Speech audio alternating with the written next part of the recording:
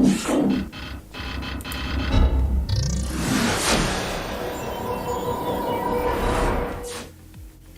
right, how's everyone doing? We're going to redo task 5 of lateral movement in pivoting in Active Directory.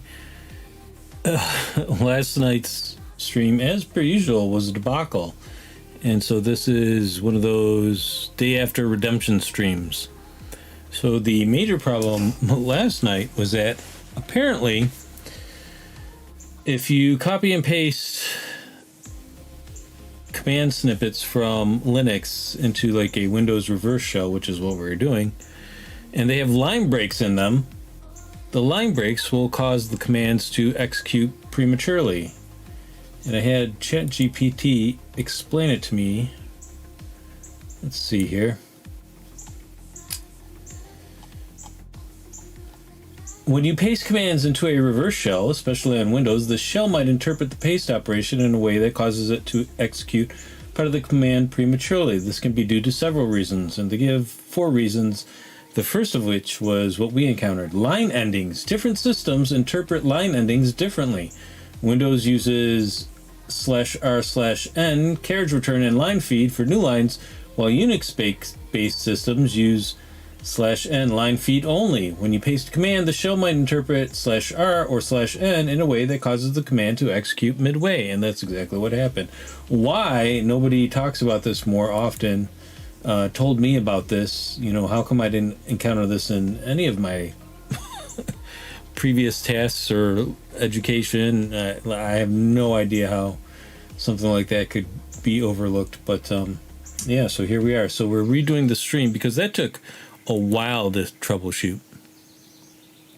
All right, as part of the maximum efforts format of streams that I'm doing now, I'm going to have my robot read all this material. Even a robotic female voice is going to be more pleasant than mine, especially with all the pauses and the stumbling over my words and whatnot. So let's get to it. We're just going to jump right in.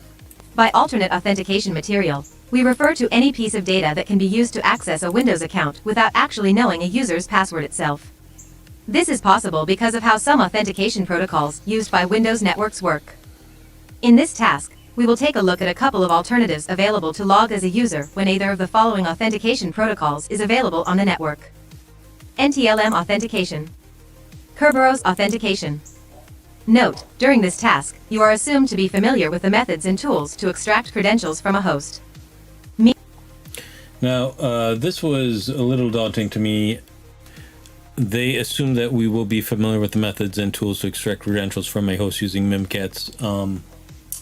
I was not familiar with all that, with Mimkatz in particular before all this, but if you're not, even if you're not familiar, you'll probably be able to work your way through it. I was able to, so you should be able to too. Mimikatz will be used as the tool of choice for credential extraction throughout the room. NTLM. This task is especially interesting because it basically provides you with all the information and technical knowledge you need, and all the commands in particular, specifically. But it does so in a way, it kind of scatters them throughout the task, and so it feels like you're actually doing stuff and being clever about how you synthesize all that information. So I quite enjoy this task. Authentication. Before diving into the actual lateral movement techniques, let's take a look at how NTLM authentication works. NTLM authentication. The client sends an authentication request to the server they want to access. The server generates a random number and sends it as a challenge to the client. The client combines his NTLM password hash with the challenge and other known data to generate a response to the challenge and sends it back to the server for verification. The server forwards both the challenge and the response to the domain controller for verification. So you can see that the numbers don't really correspond up here as they do down here, but it's the same information basically. The domain controller uses the challenge to recalculate the response and compares it to the initial response sent by the client. If they both match, the client is authenticated, otherwise, access is denied. The authentication result is sent back to the server. The server forwards the authentication result to the client. Note, the described process applies when using a domain account. If a local account is used, the server can verify the response to the challenge itself without requiring interaction with the domain controller, since it has the password hash stored locally on its SAM. Pass the hash. As a result of extracting credentials from a host where we have attained administrative privileges, by using Mimikatz or similar tools, we might get clear text passwords or hashes that can be easily cracked. However, if we aren't lucky enough, we will end up with non-cracked NTLM password hashes. Although it may seem we can't really use those hashes, the NTLM challenge sent during authentication can be responded to just by knowing the password hash. This means we can authenticate without requiring the plaintext password to be known. Instead of having to crack NTLM hashes, if the Windows domain is configured to use NTLM authentication, we can pass the hash, PTH, and authenticate successfully. To extract NTLM hashes, we can either use Mimikatz to read the local SAM or extract hashes directly from SAS memory.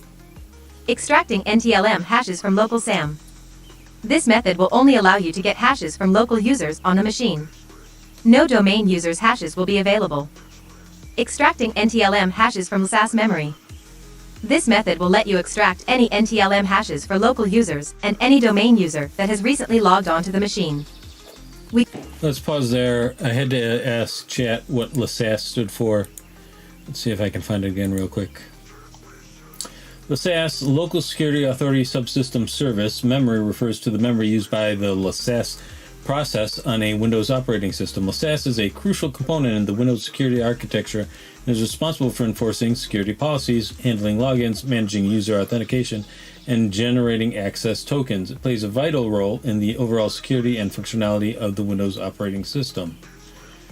All right, so I'm not going to read all of this, but here's a breakdown of what LSAS memory entails. One, it is authentication data. LSAS stores and processes authentication data such as user credentials, password hashes, and security tokens. 2. Security policies. LSAS enforces various security policies. 3. Access tokens. When a user logs into the system, LSAS generates an access token that contains the user's security credentials and privileges. 4. Credential caching. To improve performance and reduce the need for frequent re-authentication, LSAS may cache certain credentials in memory.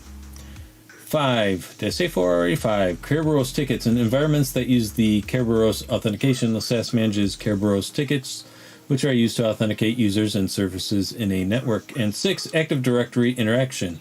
In domain environments, LSAS interacts with Active Directory to authenticate users and apply group policies. This interaction involves significant memory usage as LSAS processes and stores related data. All right, due to the sensitive nature of the information stored in LSAS memory, it is a prime target, hey, that's us, for attackers. Again, us. Techniques such as pass the hash, that's what we're doing right now, and pass the ticket attacks exploit vulnerabilities in LSAS to gain unauthorized access to the system. Protecting LSAS memory is therefore critical, and measures such as Credential Guard in Windows 10 and later versions aim to secure LSAS against such attacks. So let's see when this room was created. This was certainly created after Windows 10. And so about 2 years ago. So they don't really address Credential Guard in any of this.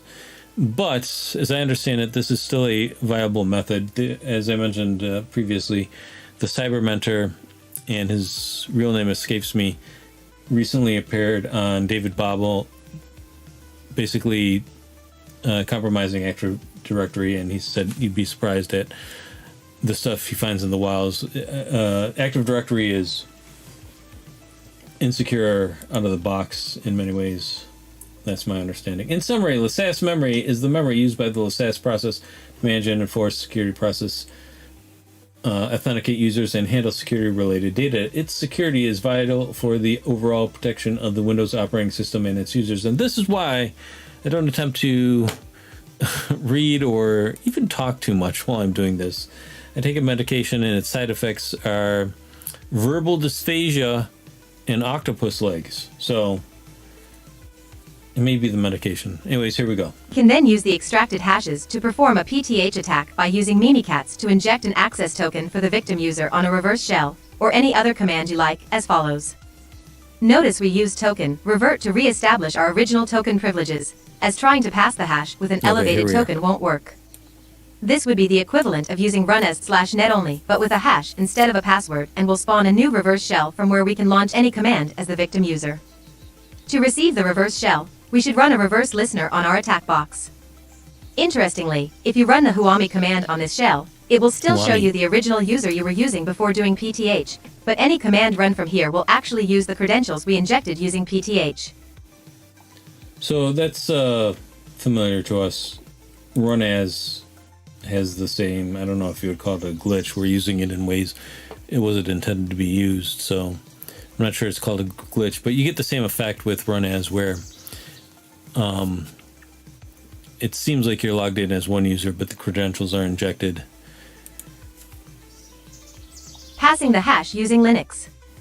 If you have access to a Linux box, like your attack box, several tools have built-in support to perform PTH using different protocols. Depending on which services are available to you, you can do the following. Connect to RDP using PTH. Connect via SecSec using PTH. Note, only the Linux version of SecSec support PTH. Connect to WinRM using PTH. Kerberos authentication. Let's have a quick look at how Kerberos authentication works on Windows networks. This is a pretty dense The task. user sends his username and a timestamp encrypted using a key derived from his password to the Key Distribution Center, KDC, a service usually installed on the domain controller in charge of creating Kerberos tickets on the network.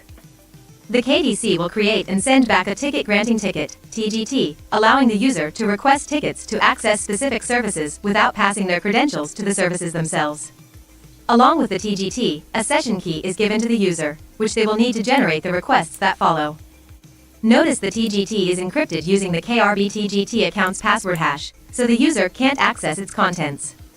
It is important to know that the encrypted TGT includes a copy of the session key as part of its contents, and the KDC has no need to store the session key as it can recover a copy by decrypting the TGT if needed. Kerberos get TGT. When users want to connect to a service on a network like a share, website, or database, they will use their TGT to ask the KDC for a ticket granting service, TGS.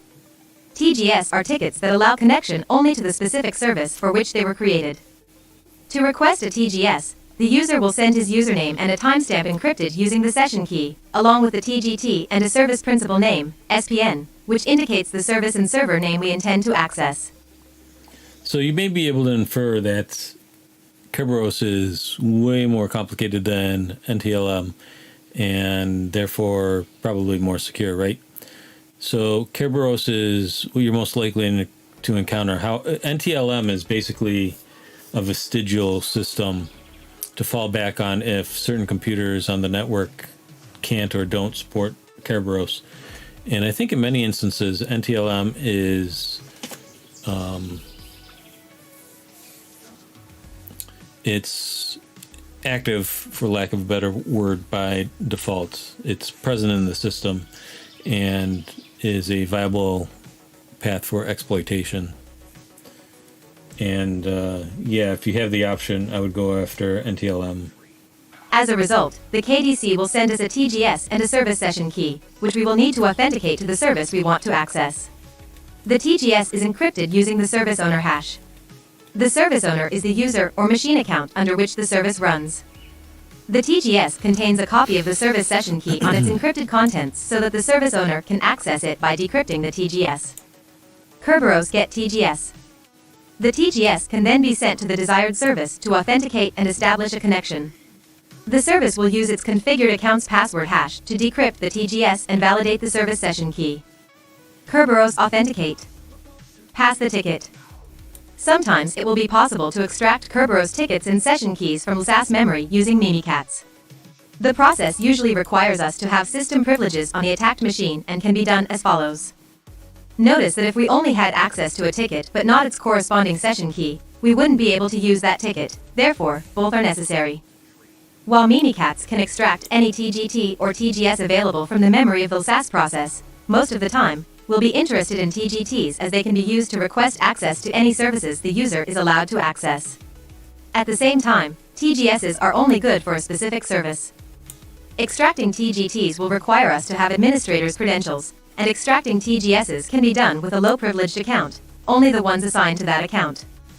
Once we have extracted the desired ticket, we can inject the tickets into the current session with the following command. Injecting tickets in our own session doesn't require administrator privileges.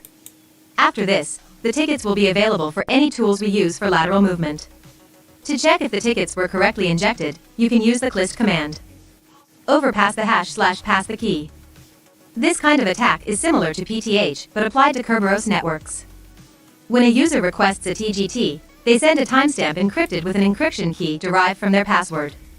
The algorithm used to derive this key can be either DES, disabled by default on current Windows versions, RC4, AES 128 or AES 256, depending on the installed Windows version and Kerberos configuration. If we have any of those keys, we can ask the KDC for a TGT without requiring the actual password, hence the name Pass the Key, PTK. We can obtain the Kerberos encryption keys from memory by using Mimikatz with the following commands. Depending on the available keys, we can run the following commands on Mimikatz to get a reverse shell via Pass the Key. NC64 is already available in THMJMP2 for your convenience. So like I said, a lot of this is very dense and some of it is pretty obtuse as well.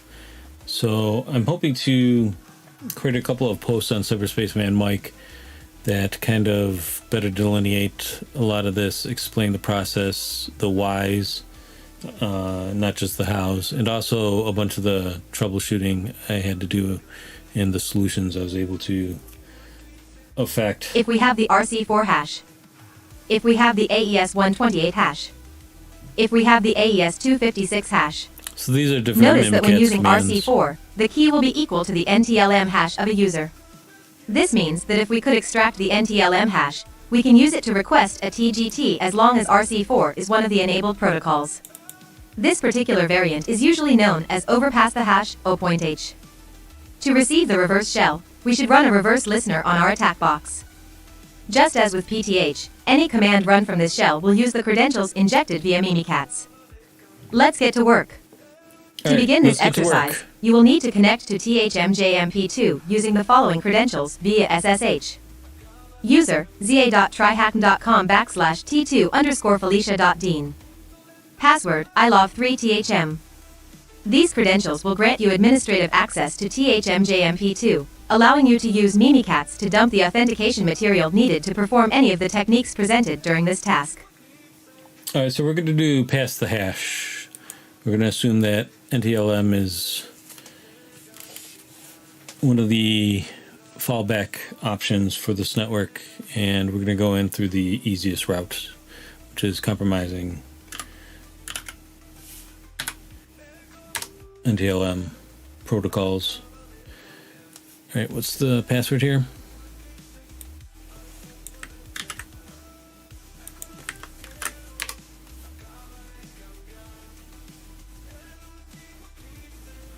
All right, again, this task is structured a little differently where the information is kind of scattered throughout the reading, which I quite like because it feels like you're actually synthesizing information and coming to a better understanding of what's going on. So what we need to do now is find Mimikatz, and I think it's in the, yeah, it's in the tool directory. So cd cdc.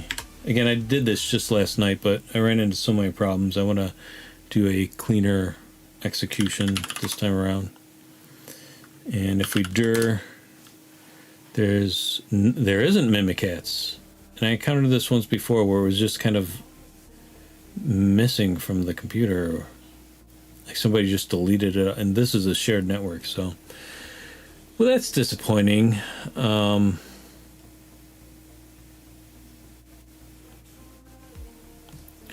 Let's see if we can restart the network. Okay, so it's only 4 or 5. I don't know why this keeps happening.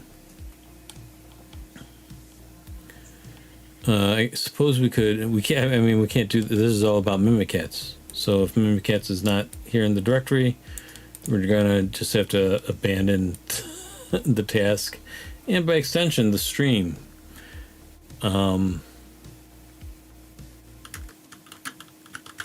We could try leaving the room and rejoining it.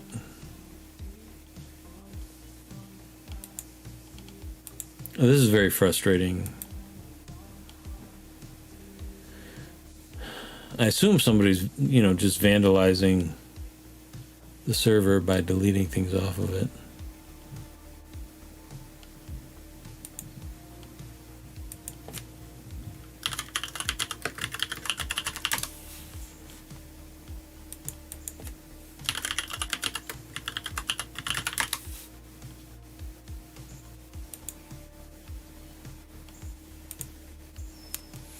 Let's see if we get a different network IP.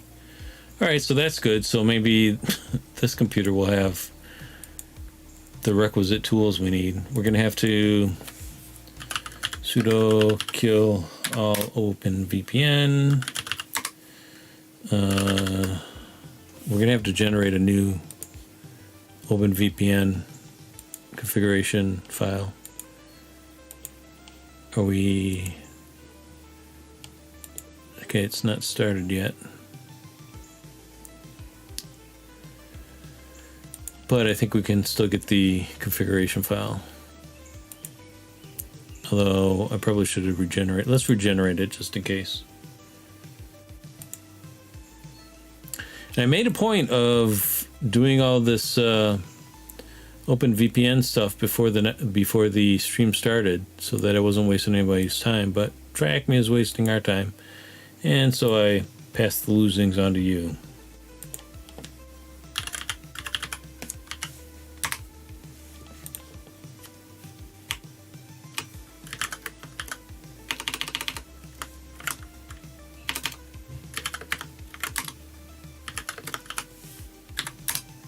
At least I'm getting faster at doing all this OpenVPN garbage. We're on configuration file 5 now, and it seems to have worked. Now we have to configure DNS.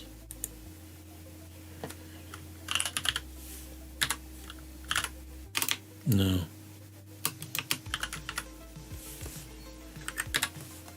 And our new IP is 48.101.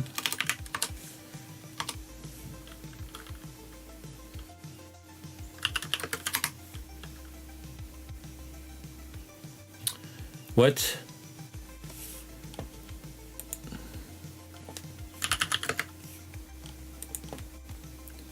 Oh no, I'm not even logged in. Am I not logged in?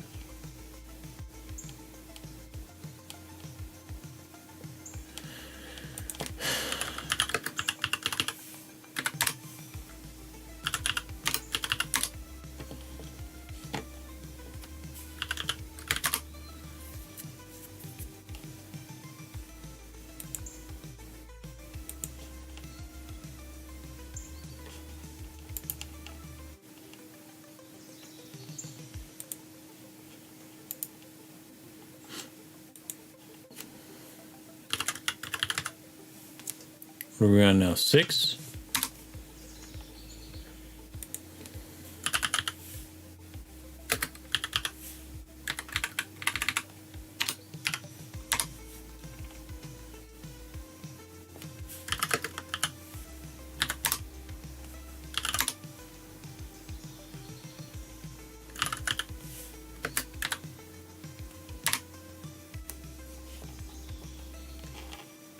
It says it worked.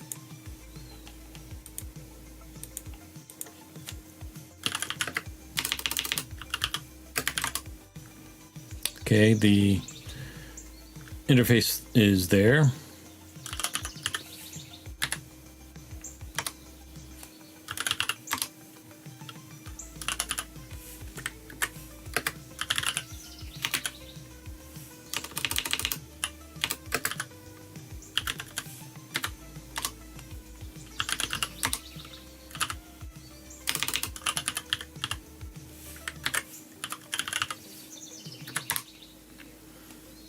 All right, and let's double check to see if we can get our credentials here.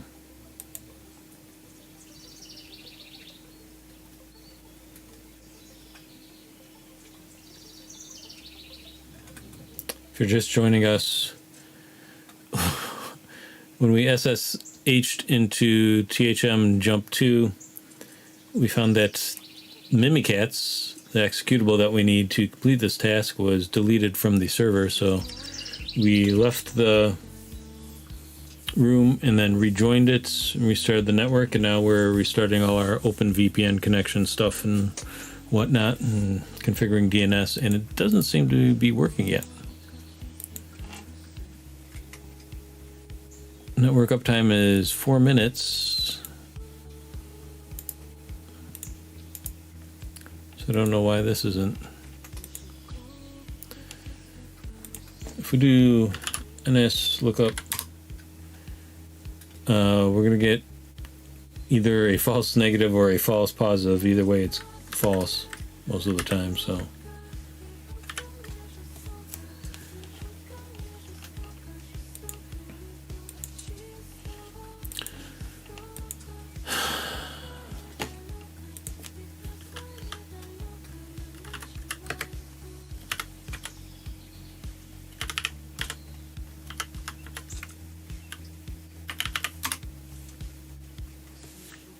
So we can't even ping.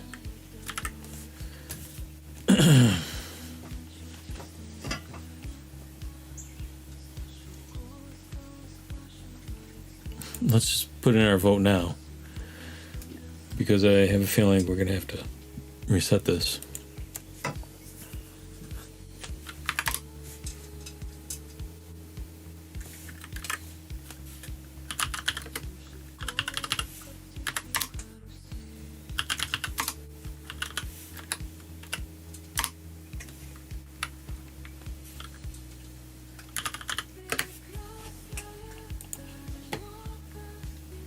We're in the lateral movement network. That part is good. We're going to regenerate. We're going to download configuration file.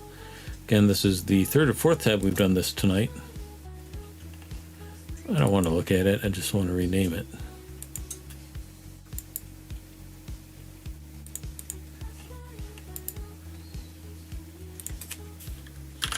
That move, we're on 7 now.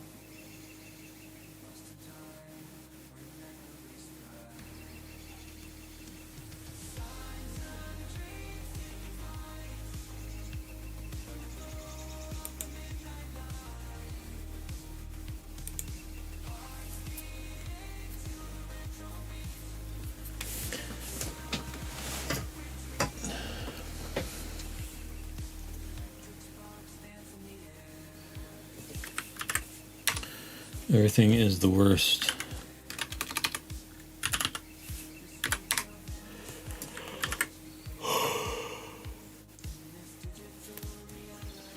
Sometime, and there's no reason why TryHackMe would be doing this, but sometimes you can, DNS will work and you can't ping because ICMP traffic is being filtered.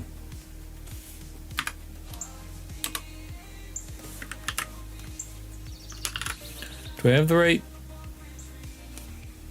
I have the right IP. Let's see if we can. I guess we should try to ping one of the other servers.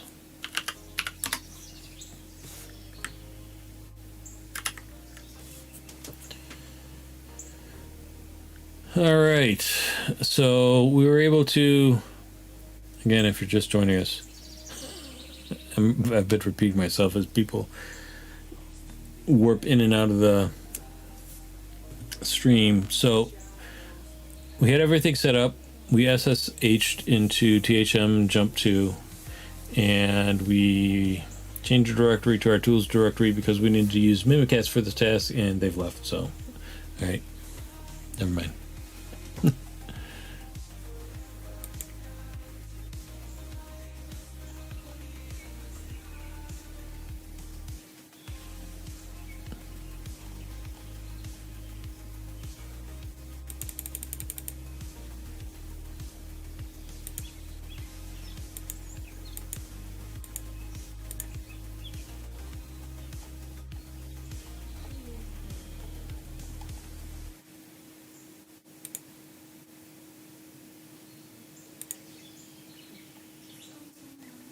I'd very much like to click and continue learning, but if they don't have the everything set up properly, then there's not much we can do.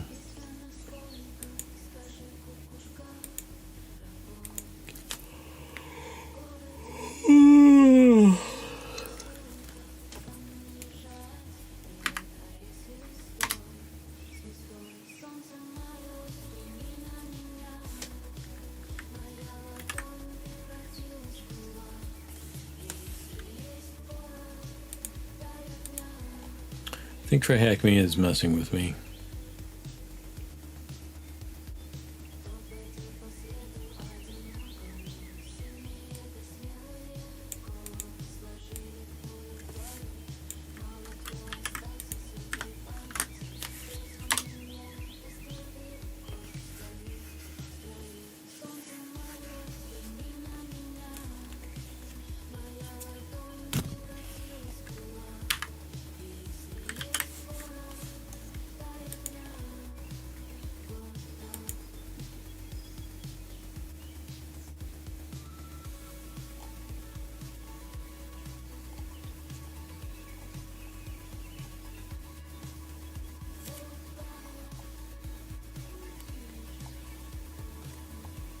What is it? What's wrong? Nothing, it's just a minor glitch. Minor glitch with you seems to turn into a major catastrophe. Yep. We're at that point in the stream.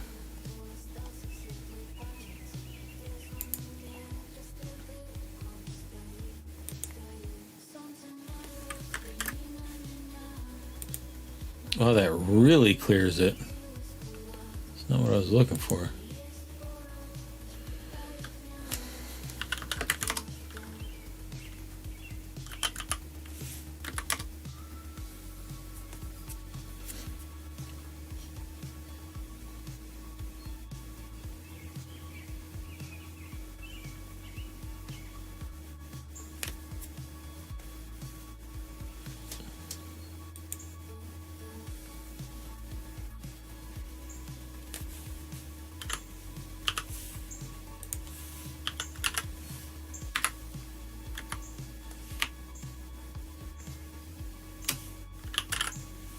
Not Pong. Ping.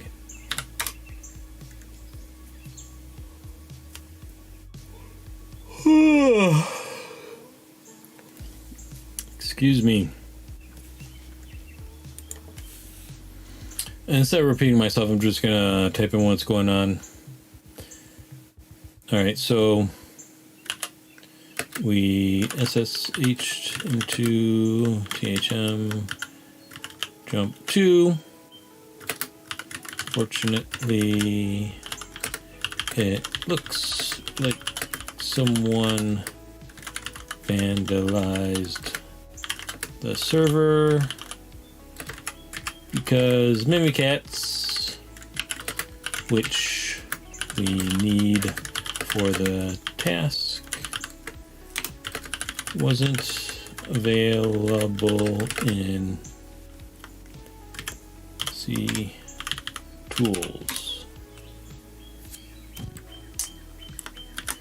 As a result, we're trying to restart the network and not having any luck.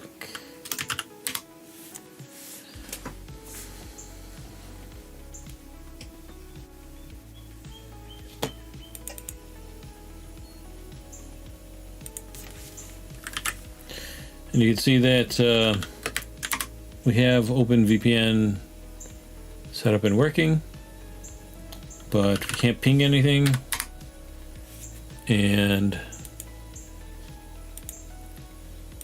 neither is DNS resolving. So I think I'm just gonna,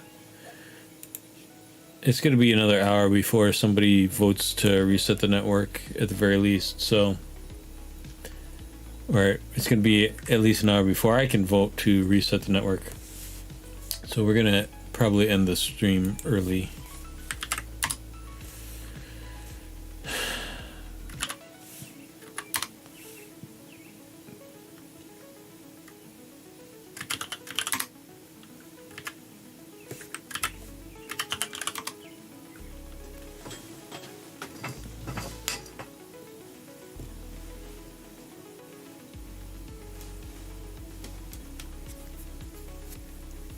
Just one bummer after another.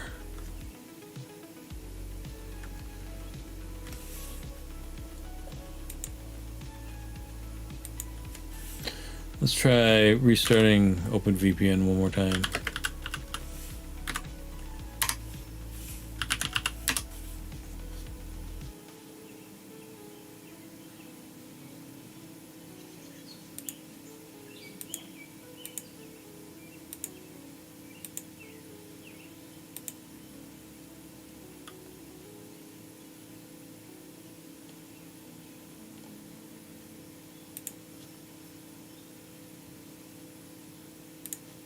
And we're going to rename this to Lat Move. We're on 8 now.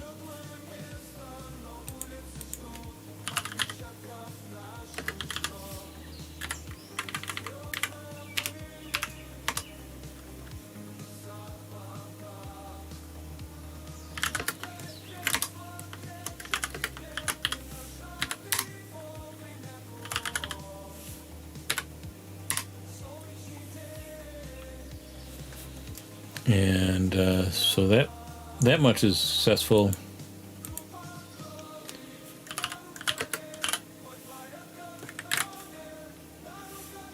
Wait.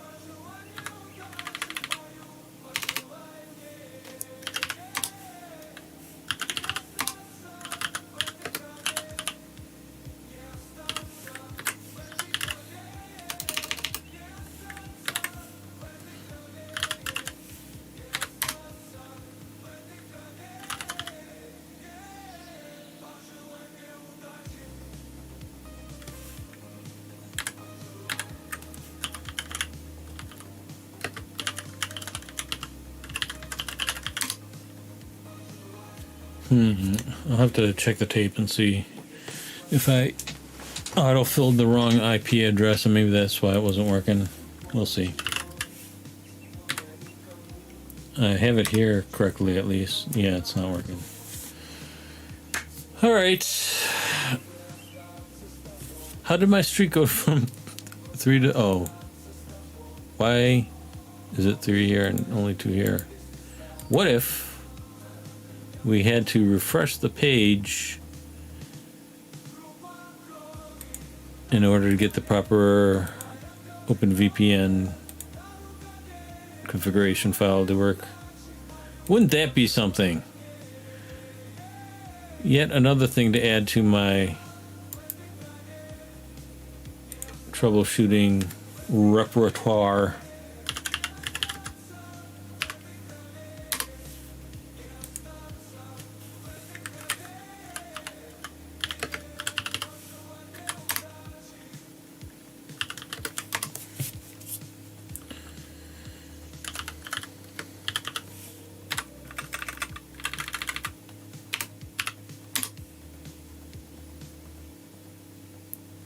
I wonder if you can get a job as just a professional troubleshooter, just like general troubleshooting.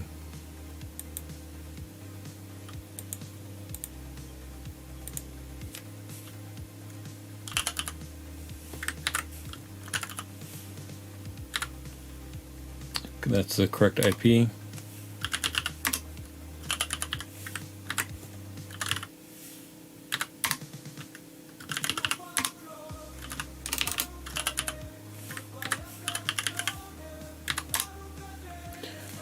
All right, now let's try.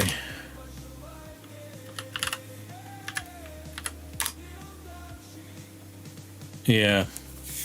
I think that may have been the... All right, so let me open up my notes here and see what that's my OBS. Let me...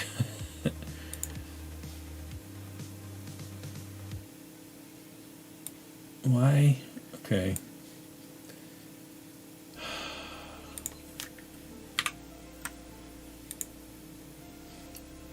OBS is, or not OBS, Obsidian.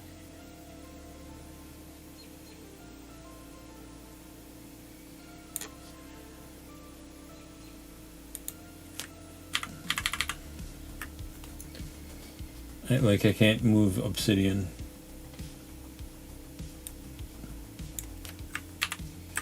All right.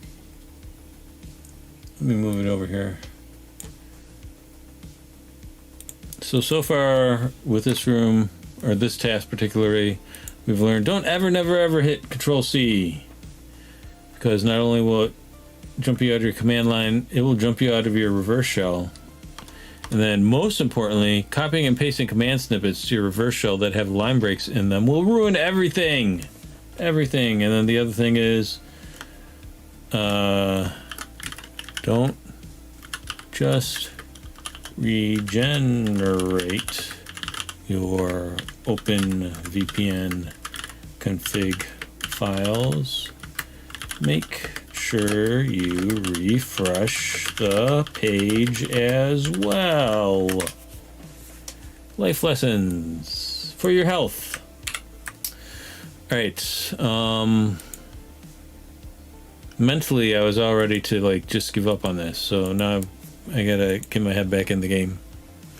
First thing we gotta do is SSH. And what's our password here?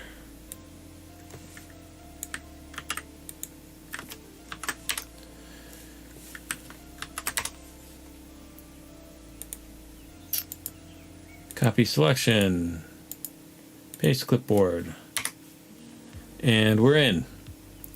And the first thing we're going to do is see if Mimikatz is available on this machine. Not Alice. What?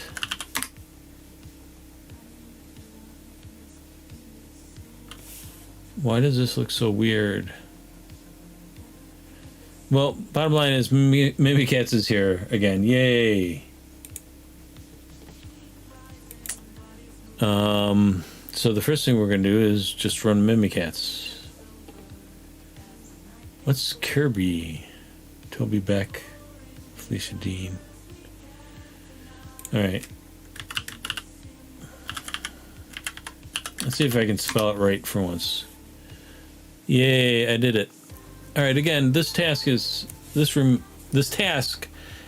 the room, is set up a little differently where everything's a little bit out of order and you gotta kind of synthesize the information and figure it out just a little bit more on your own than in previous tasks. So here we are. We're gonna let's read why we have to do this.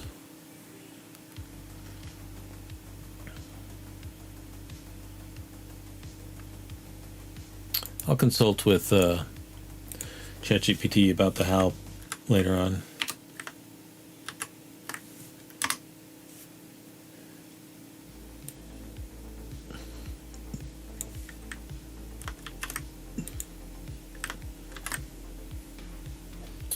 What? Why did this happen? No. Oh, God.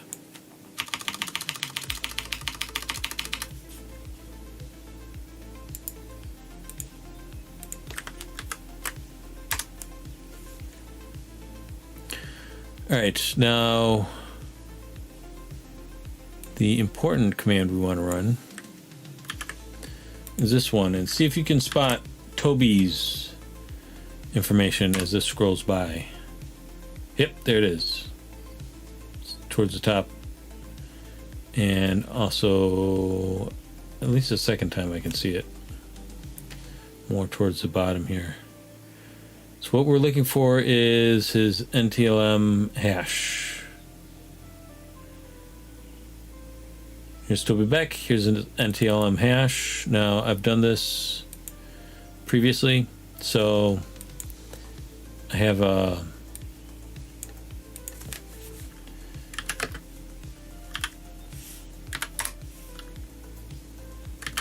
whole text file dedicated to Toby right now.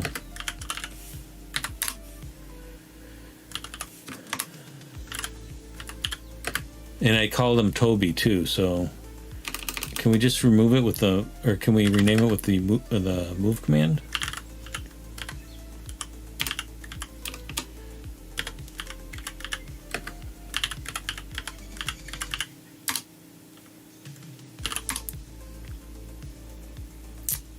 All right, that works.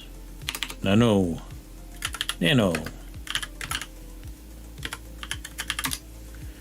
All right, so we've copied and pasted the relevant portion to what that Mimikat stuff elicited. And the important thing to remember again is we can't copy and paste this in directly to our shell, because the way Windows reads line breaks means that it will execute prematurely. So we got to copy and paste the next command a little bit at a time. Oh, we're gonna set up a reverse shell here. So from Mimikatz, and to do that, we have to have a listener going. That's the listener. And then here is our reverse shell.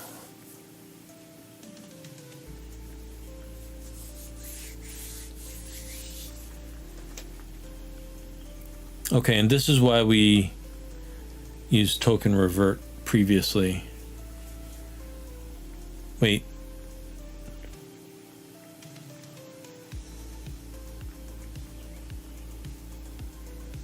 Okay, so we have to run this first before we spawn our reverse shell.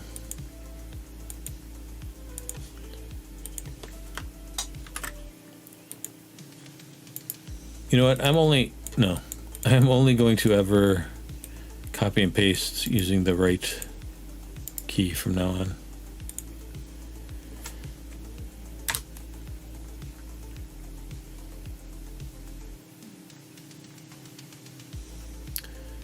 And now we have to paste this in a little at a time. Again, the line breaks will ruin everything. So let's copy this portion first. Paste that in. And it's Toby what? Toby. Where's our Toby? Toby.txt. Toby Beck.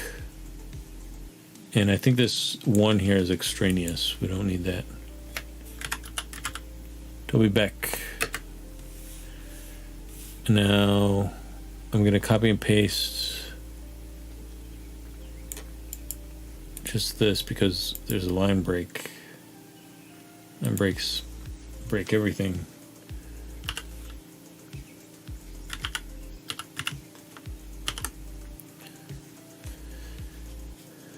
And I should have this, where's Toby? Did I close it?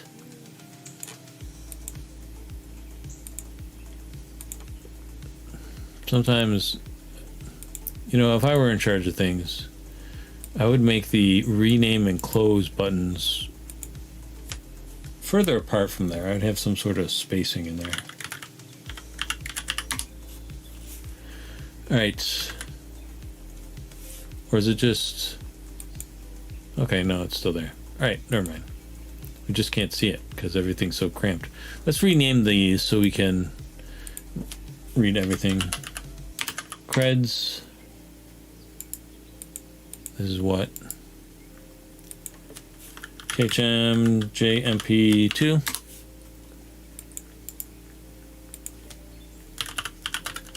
Listener.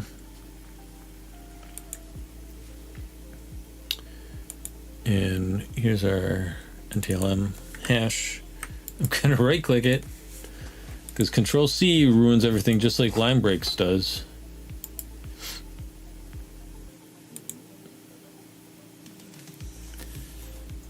All right. So this is very much like the previous task, but instead of using a password that we captured, we're using the password hash that we extracted using Mimikatz. Ooh, I don't want to copy that whole thing because of the line break.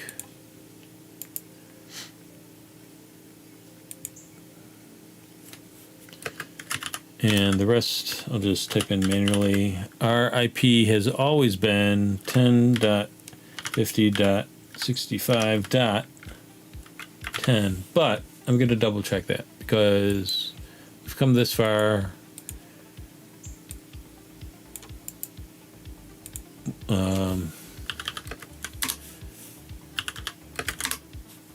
We don't want to. Oh, see, it changed. All right, so it's no longer 65.10. It's 46.185. It's a good thing I checked, huh?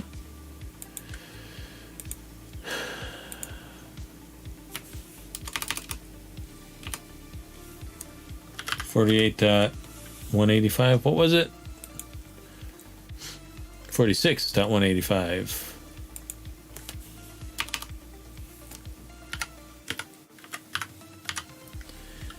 And let's see, do we have the proper quotes? 5555 end quote. Moment of truth. Missing at least one argument. Is that correct, or it seems to be correct because our listener hasn't heard anything. Oh, did I not? Do we have to?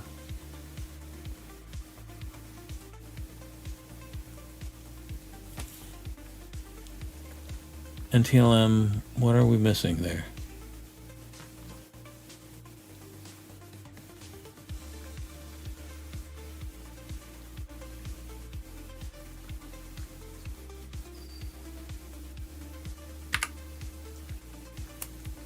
Why? Okay, I don't know why Mimikatz honors the history,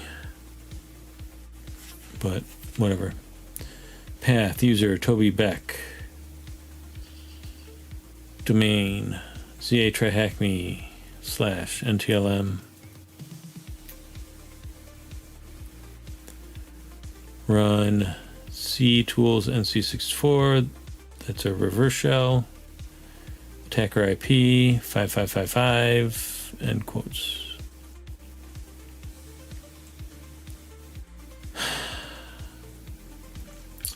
Hello, hacker. Thank you for joining us.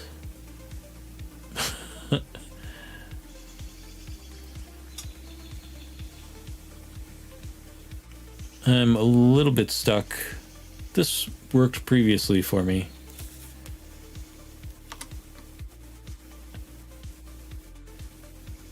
I'm missing something. Program. Is there did I put in the E switch? I didn't put in the E. I did put in the E switch. Let me know if you see anything that's missing.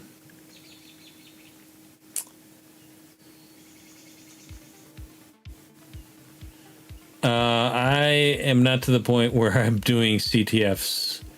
I'm just working through the tasks at this point. Slowly, very slowly, but hopefully surely.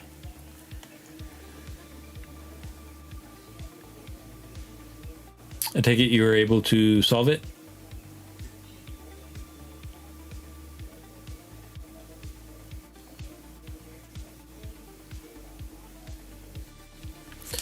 All right, let's just... I can't see what's missing. Something's missing, so...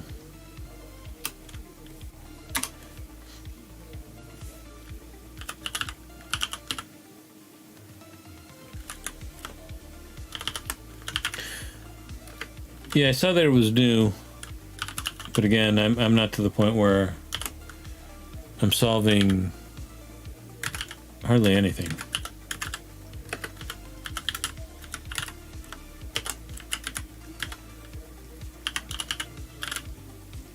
Try CACME.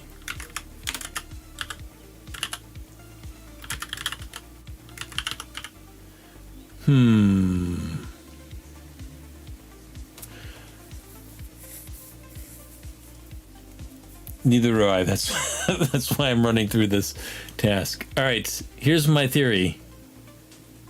There's not just a line break, but there's a space here. So if we expand this window, let's see if that's the case. Yep, that's the case.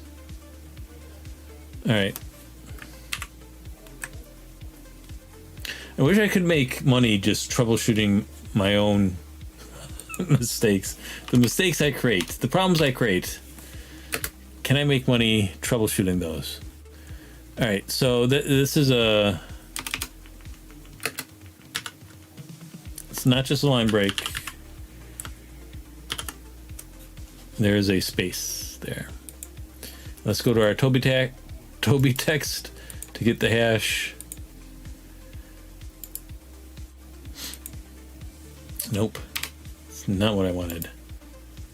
And the reason why I'm using the right key is because I have a habit of hitting Control C and exiting out of my reverse shell or any sort of shell.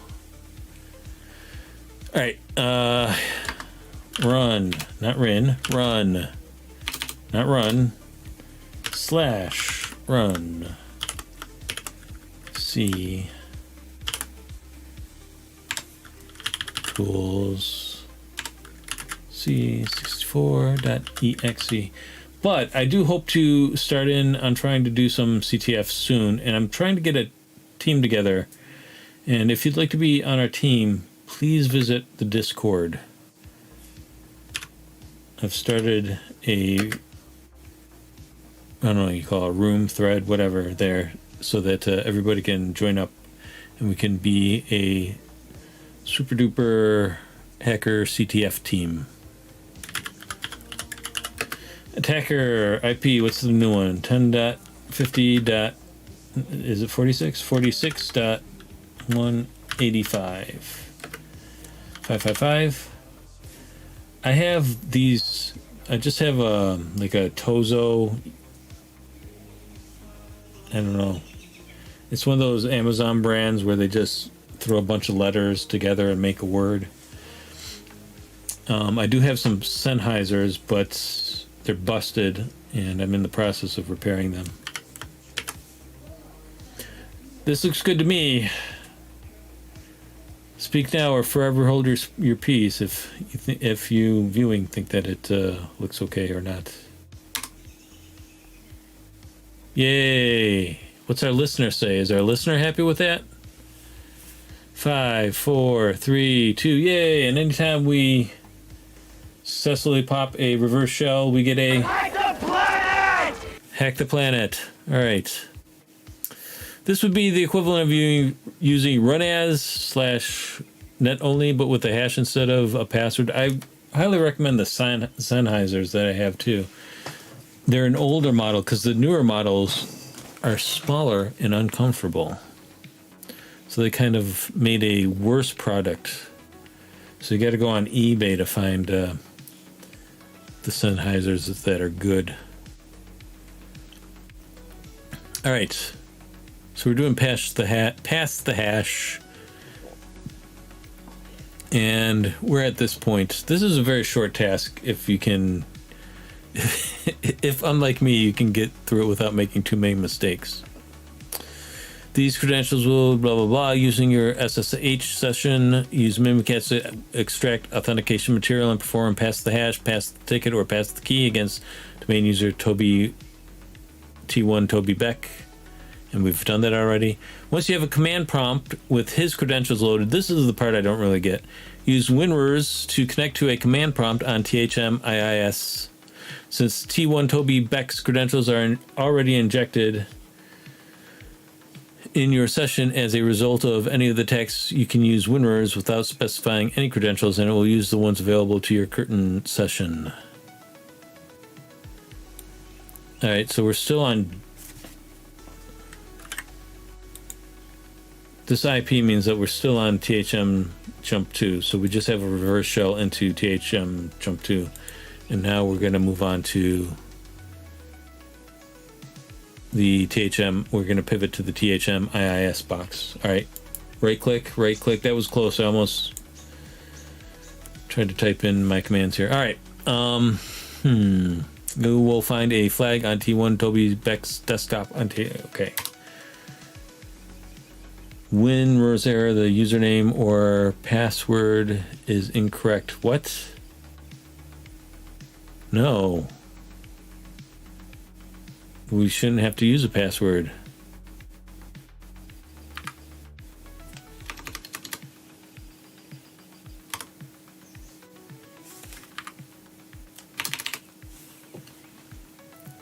All right, what's the problem now?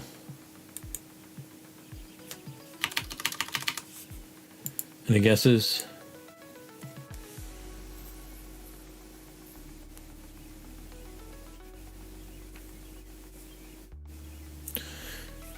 I don't think we would have gotten a reverse shell on THM jump 2 if the hash or anything we did was incorrect. So I don't know why this isn't working.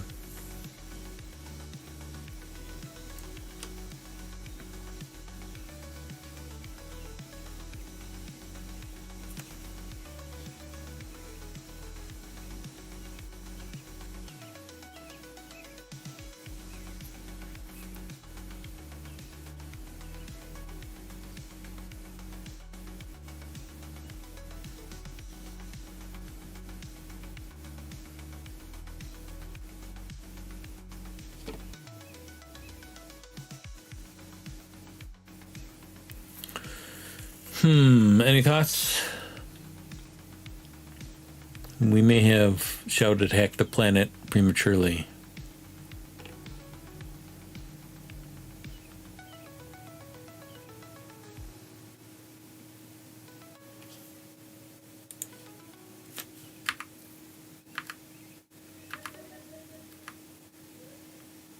We did the token revert.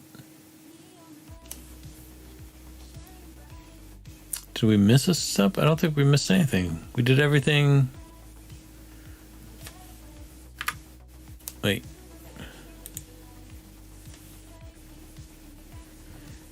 Yeah, I tried very diligently to try to get my Surface Pro to dual boot Kali, but wasn't successful. So now I just run them as a VM. And VMware just got taken over by, I forget who, but everyone was afraid that it was going to go too corporate and they were going to crippleware everything. But they actually expanded some of the functionality of the free versions. So that was nice. I use VMware myself.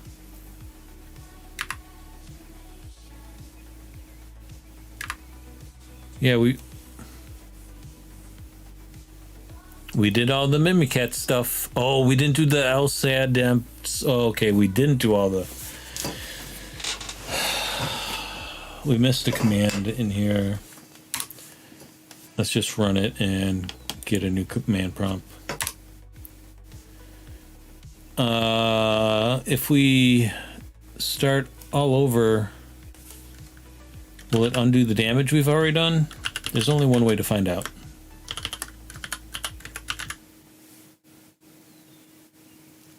Privilege, debug, token, elevate.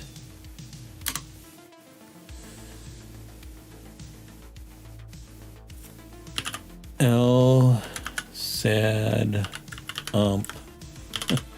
That's how you pronounce that. LSAD Sam. All right, now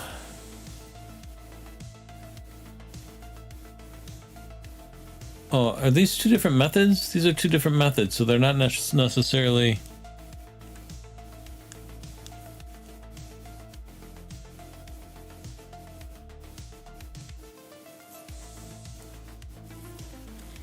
And this one doesn't really elicit what we want anyways.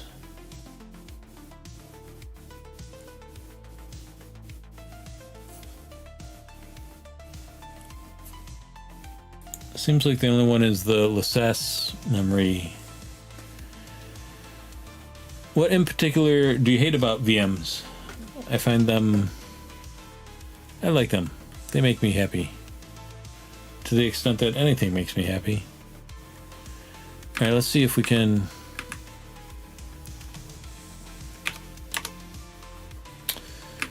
Token elevate? No. What are you doing? This is not what I want. Alright, let's...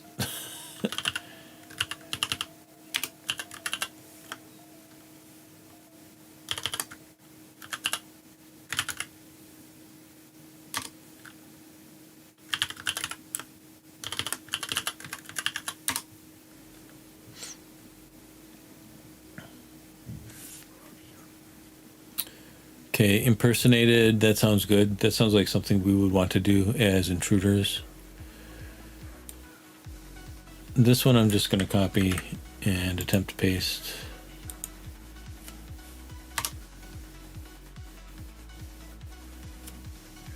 And that's what we wanted last time.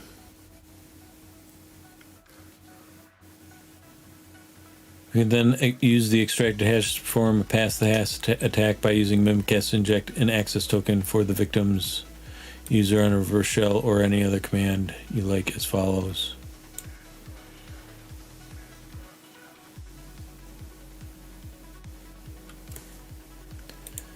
So the only thing I can think of is that token revert didn't take for whatever reason.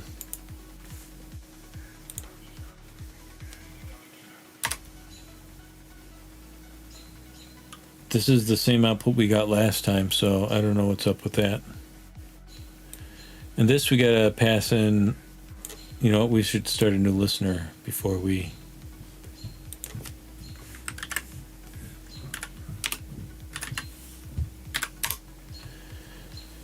In fact, you know what, let's get rid of some of this garbage. It is making me anxious. Alright.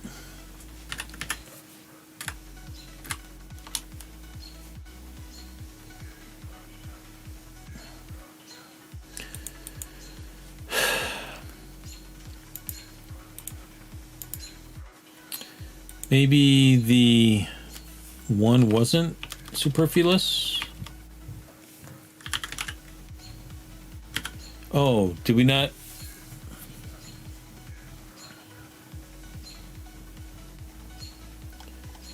I think we didn't, you know what we didn't do? We didn't, it's not the one at the end, it's the one at the beginning. We didn't specify his full username T1. I think that's what we did wrong. Yeah, I think it's T1 Toby Beck. I hope at some point I get better at this, where I'm not making so many ridiculous mistakes. All right, T1 Toby.Beck. I didn't expect the reverse shell to work though. Maybe there's another user? Tryhackme.com. And then there's a space, and then NTLM. And let's get the hash from Toby Text. Copy selection. Paste clipboard. Run. C. Tools. And C. 64.exe. Switch the E. Command the exe. Put in our IP. 10.50.46. What was it? 85. 185. And then 555. 5. In end quotes. How's that look to everybody? Secureless path, user T1 Toby Beck, domains, yay, try hack me, NTLM, blah, blah, blah, run tool C, run C64, everything looks good. I like it. Let's go. Looks good. What's our listener say? All right, that gets two. Two hack the planets because I'm fully confident that this is going to work now. All I have to do is, I'm going to need a third stream just to clean up this stream. A third redemption shot at this task. So join me tomorrow night when we do it all over.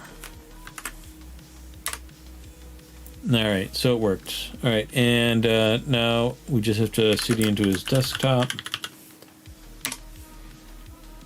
And flag.exe. THM, no password needed, but a whole lot of extra work and whatnot. Alright, so I've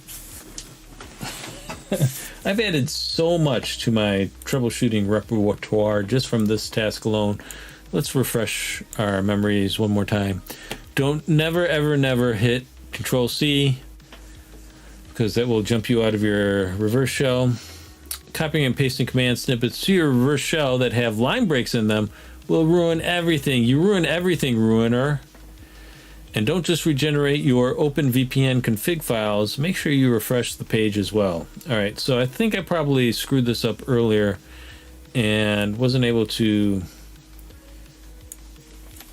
correct it in this way. For whatever reason, I was able to pick up on what I had done wrong this time around. Fun. You know what I'm going to have to do? I'm going to have to do like 48-hour live streaming marathon of Try Hack Me, just so that we can get caught up to where we were or where we need to be. We got to outrun the AI. We got to get a job before the AI takes everything and at least stack up some money and go into real estate or something. All right.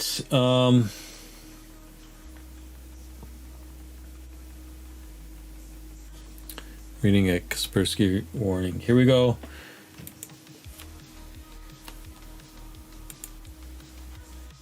And the correct answer gets another. There we go. All right. Thank you for joining me. That's all we're going to do. That's all I have. Before we go, my Pondagachi is broken. Can I get a free one? Unfortunately, as I mentioned on the Discord recently, the shop, the cyberspacemanmike.com shop, is a loss leader. I lose money on it. It's just to try to build goodwill and contribute to the community. So I'm actually going into debt doing a lot of this stuff. So I should be asking you for a free Pondagachi. I am giving away, despite the monetary status, I do make money on the affiliate links, but despite the current monetary status of the site, I am giving away cases. So if you want a free case, this is a good time to plug the case giveaway. So these full Shigachi cases that I have, if you do obnoxious social media stuff, and right now there's only about 30 entries. So you have, if you do all of these, you have basically a 6 in 36 or 1 in 6 chance of getting a free full Shigachi. So I highly recommend doing that. But in any event, I thank you very much for joining me and interacting. It always makes it go more smoothly if I have somebody to talk to rather than just, arguing with myself like a crazy person. So I do truly appreciate that. And with that said, I'm probably going to... These last 3 streams have been experimental just to see if I can get all the technical bugs worked out. And it seems to be going, aside from screwing up all the Try Hack Me tasks, on the stream side of it, managing the stream is going swimmingly. So I'm going to get back to properly scheduling all the live streams, and I'm pretty absolutely sure that I'm going to have to do some sort of live streaming marathon. All right. Thank you once again, and I'll see you later. That's the end of the stream. Thanks. Goodbye.